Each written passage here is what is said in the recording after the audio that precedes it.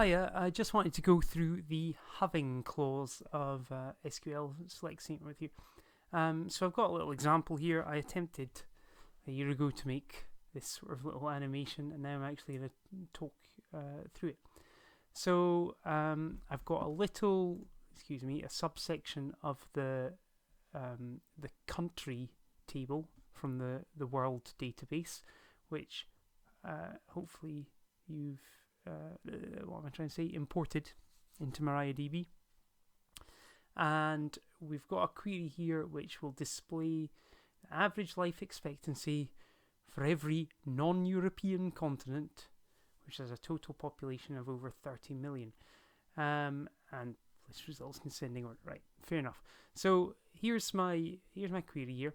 I'm just going to show you working through it. So you might remember the order of execution. We begin with the from clause. So from country. Here we go. Let's see if we can actually play it.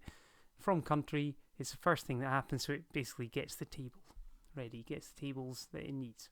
Then we're on to the where clause. So having does a similar job to where, but it does it to groups.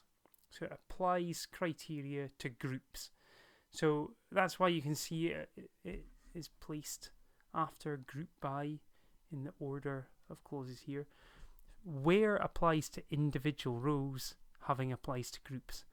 Other than that, they're a similar idea, where and having. We only use having when we've used group by though.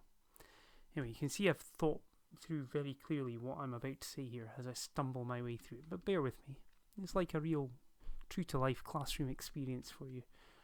Shoddy and rambling, that's what I mean by that. Okay, so we've got that, and now it's going to be where the continent is not Europe. There's that not logical operator from an earlier lesson. So basically, this is how I visualize it, or how I've chosen to visualize it here. It's going through everyone, checking to see the continent. So every row checks to see the continent. Europe, not happening, because we're not interested in those that are Europe. Again, Lithuania in Europe there, not happening. And so it goes through it. And it builds up its result set. In other words, the set of rows that it returns to us as a result of the select query. So it goes through that. And next we're on to group by. So group by, you'll remember from higher, basically means group these records that we've got in the result set, group them together based on them having the same value in the field listed here. So group by continent means all the rows that have the exact same value in continent will be grouped together. And so that's why we typically use group by where we're using aggregate functions as well. They're kind of closely linked. It's not necessarily, but where we're grouping things together, we can then apply aggregate functions to each group. Anyway, so it's going to group by. Again, this is just how I'm visualizing it happening. So finds all the ones in. I don't even know how you say that. Oceania. Let's go with that. So they get grouped together because they've got the exact same value there, and so on. Worth remembering as well, you can have more than one field in the group by clause. So if you had two fields there, it would group them together based on them having the exact same value in both of those fields. So now that we've done the grouping, now we can apply the having clause. So having sum of the population greater than 30 million. So it's going to have to use this aggregate function, and it's going to apply it to each group. So it's going to, whereas where filters out the individual rows, once we've done that and grouped the rows, we can use having to filter out the groups. Basically get rid of the groups we don't want to show and keep the ones we do. So it's going to, for each group, it's going to check the population, the total population within that group, and if it's more than 30 million, then it keeps that in the results, and if not, it doesn't. So let's see the dismal way in which I've attempted to visualize that there. So, you know, the populations for every row that is in the group for Oceania. They get totaled together, and not more than 30 million. So it's discarded. It's not in the results anymore. Okay, that's more than 30 million, more than 30 million, and presumably more than 30 million here. Okay, excellent. So that's what having does.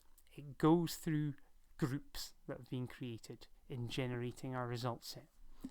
And now you might remember order of execution. We now actually go back to the select clause, and it's going to just get the continent.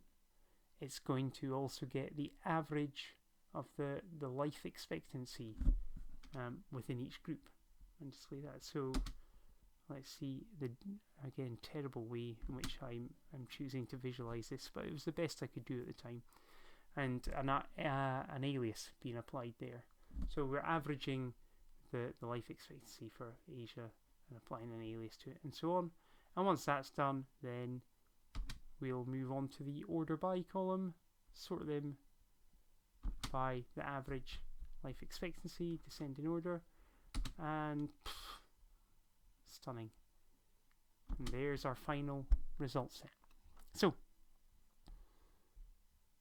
I was distracted there because I looked at this and I thought, did I stop recording only a minute and a half in? But no, I got confused. It's a painful 6.5 minutes. The key idea here is, I understand it can be tough to start sticking having into your queries and actually knowing when to use it, but it's about having filtered out groups. Having filtered out rows, you can then use having to sort out the groups and decide which ones you want displayed. I think that'll do. You can have a go at some tasks. See ya.